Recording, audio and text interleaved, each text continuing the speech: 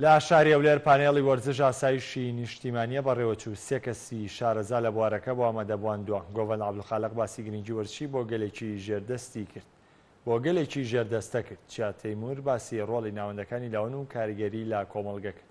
هاوکار سالاریش باسی لە ڕێخستنی پەیوەندی وەرزشیەکانی دەرەوەی هەرێم کرد.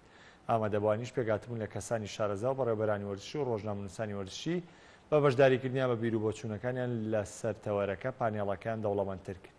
کابرارە وەک پرۆژێک ڕادەستی حکوومەتی هەرێمی کوردستان بکرێت.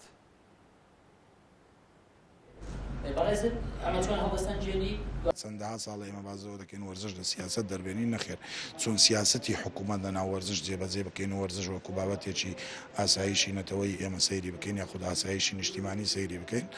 بێگومان ئەم دیراسەتە لە بۆ حکوومەتی هەرێمی کوردستان پێشکەش دەکرێت و لە ڕێگەی ئەو پانێڵە ئەو ڕۆباسی لێکرا و پەردەی لەسەر هەڵگیرە باز لەوە دەکرا و لە دیراسەکەی ئێمەکەەوە حکوومەتی هەرێمی کوردستان چۆن دەتوانێت ئەو پلانانە یاخود ئەو فەلسفەی حکوومەت هەیەی بە شێوازێک جێبەجێ بکە خود و ئامانجە سەرەکی وڵات هەیەی بە شێوازێک جێبەجێ بکاتن لە ناو بواری وەرزشیدا. وەرزش چونکە بەڕای من و بەپێی ئەو توێژینەوەش لە بواری نەوت و کشت و کاڵ کەمتر نییە. کۆنابژانێکی نێودەوڵەتی کە تەمسیلی عێراق و کوردستانەکەم خۆ لە نێودەوڵەتیەکان چ لە فیفا چ لێکی تۆپی ئاسیا تر پێنج خاڵم باس کرد کە پێویستەکان لەم پێنج خاڵەوە ئێمە بتوانین پێ کوردستان بناسیێنین یان وەرز بناسیێنین بە جیهانی دەرەوە.